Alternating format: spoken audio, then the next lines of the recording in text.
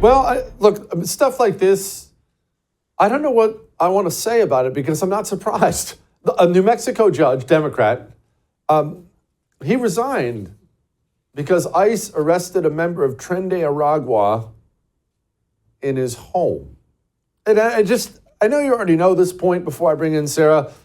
Tren de Aragua is a prison gang. So violent they control portions of Venezuela with, of course, the permission of Venezuela's evil communist government.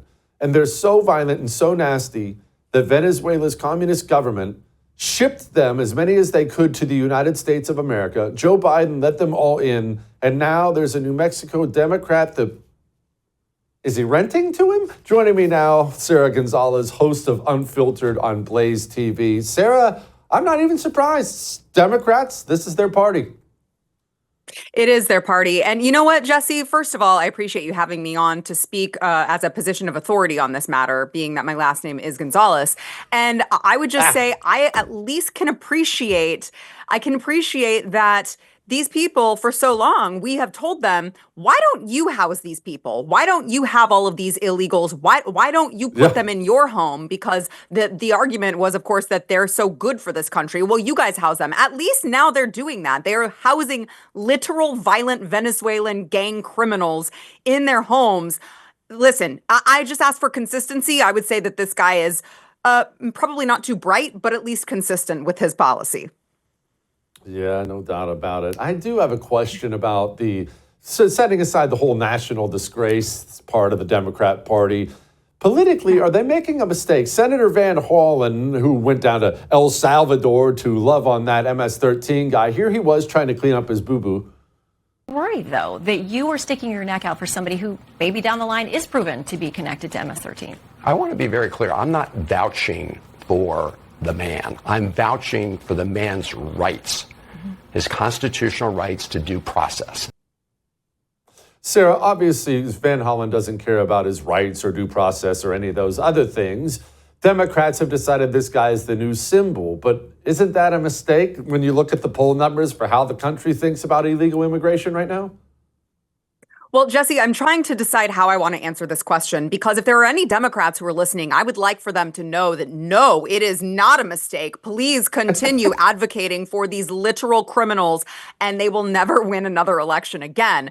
But I mean, to your point as well, of course they don't care. Do they care about the constitutional rights of Lake and Riley? Do they care about the constitutional rights of Patty Morin's daughter, Rachel Morin, both of whom were killed by illegal immigrants? Of course these people don't care about the Constitution. They don't care about due process. All of those which should be extended to American citizens and not actual foreign criminals. But yes, to answer your question, Jesse, if these people continue using these taxpayer dollars to, to fly over, gallivant over to El Salvador to visit with literal criminals, they will never win another election again. So I would encourage them to continue advocating for literal illegal criminals. It's not going to work out well. Sarah, can you walk me through the thought process on the love of this guy? It's very clear the system has decided, from the media, they've all decided this is the guy. What am I missing? Well, I mean, you're not missing anything, Jesse. You're not missing because they are just completely... Sorry, I don't know if I'm allowed to use that word on your program, but these people are just totally delusional. They have maybe two brain cells to rub together. And so they think that this is what the country wants, even though just last November, the country voted overwhelmingly in a mandate that we wanted something different. But that's all that these people know how to do, Jesse. They have made their entire identity hate Donald Trump, orange man bad, whatever Donald Trump does, we do the opposite. And so that's their only play. That's the only thing that they know how to do, is double, triple down on stupidity. And now here we are. We see the end result of that. They're like, you saw Chris Van What's-His-Face. I refuse to say his name. Chris Van What's-His-Face going on mainstream media and saying, well, who's to say he's not an MS-13 gang member? Have you seen his knuckles? He has MS-13 tattooed on his hand. This is not a good guy. You heard it from his wife, who was like, yeah, he beat me. And this is not a good guy, but they don't know how to pivot to anything else because it's been their entire identity for like 10 years now. So where do they pivot from here? I know there's a party civil war going on. I think it's fascinating to watch. You have people, well, do we need to walk away from the cultural Marxism stuff? And half of them will say we haven't gone far enough in. Jasmine Crockett's apparently the new voice of the party. I think they're going to run him out. Where do they go, or run her out? Where do they go from here? Well, I mean, it's going to be interesting to see, isn't it? Because you mentioned Jasmine Crockett, the new face of the party, but we also have the AOCs of the world. And so while the more cooler heads may be fighting within the party, we're noticing that the cooler heads are typically the older generation. I hate to say it, but this is how radical they are. Nancy Pelosi might be a more reasonable cooler head than, say, an AOC. And so where the party goes, I don't know. The younger people are going to be the ones to kind of navigate the direction of the party. And I'm just going to sit back with the popcorn. I mean, it couldn't happen to a more deserving group of people. For once, now the Republicans are on the outside looking in at the fighting rather than being the party with all of the infighting. It's going to be really, really beautiful to watch. Sarah, what's with the Texas state legislature? What is it with these red states like mine, like yours? Why can't we get it together?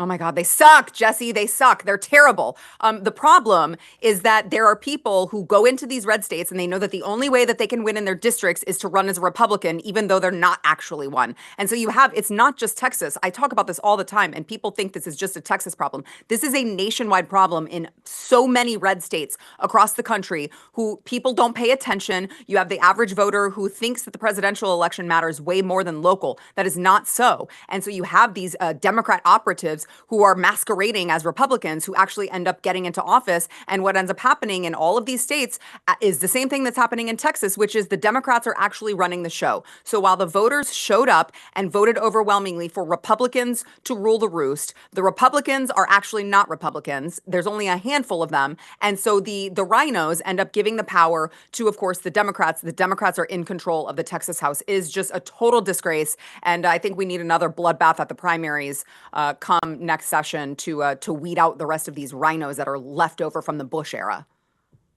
Are we getting better at primaries here in Texas and in red states? And I ask because, as you know, I'm uniquely invested in my hatred of John Cornyn, and I'd like to see him lose next year. Yeah, I think we are. I think we are because, you have all of this America First agenda that is really taking on and taking storm across the country. I do believe that Ken Paxton, who has just recently announced that he is running against John Cornyn, I think this is going to be the year that we see John Cornyn get defeated. If he doesn't just decide not to run for re-election after he sees all of the polling, it is not good for him. Americans are overwhelmingly decisive on the America First agenda. Texans are very overwhelmingly decisive on the American First agenda. And so John Cornyn, I just don't think he lasts. I think people are waking up. They're more in tune now than ever. And I look forward to John Cornyn being sent into forced retirement early. Again, Jesse, couldn't happen to a more deserving person, John Cornyn, who has sold America, sold us out so many times, shipped our money to foreign countries, and just, I don't know if you saw my confrontation with him last summer, but he doesn't even want to answer to his constituents about it. So sayonara, John Cornyn, I think, Jesse. Is this the start of remaking the party, Sarah? It feels, obviously we have a lot of work to do. I get that, but it feels like we are beginning to change the kind of Republican we want representing us, and that's a good thing. It feels like we're going to start dumping some dead weight. Yes. Yeah, I agree. I know that a lot of people like to use the term that this is now the MAGA party. I disagree. I don't like using the term MAGA because what it is it's an America First party. And of course, that shouldn't be controversial. We want our legislators, we want our lawmakers, we want the people who we send to Washington, D.C. to put our country first because Americans are overtaxed, we're overworked, and we are tired of watching all of our hard-earned money go to fund forever wars. It's just enough. And I think Americans have watched this. They watched the last administration for 4 years literally put America last in every single thing that they did, and they see the result of that, right? It has made us less safe. It has made us, less stable. It has undermined all of the things, all of the founding principles of our country. And I think that we were at a tipping point, and Americans finally said we have to put our country first. And so this is an America First party. This is an America First agenda, and the people are woken up to that, and they they are no longer willing to tolerate people like John Cornyn undermining, all of the things that we do and we work so hard to accomplish. So I do think that there is an awakening, and I think that it is going to do nothing but great things for not just this party, but this country. Agreed. Sara Gonzales, talk to you soon. Appreciate you. I would thank you for coming to my YouTube channel, but I know how brilliant it is, and I know you love it here. So subscribe and watch. We're going to start really ramping things up and putting some funny stuff, some interesting stuff out there, some collaborations. Either way, my YouTube channel is officially the place to be. So stick around.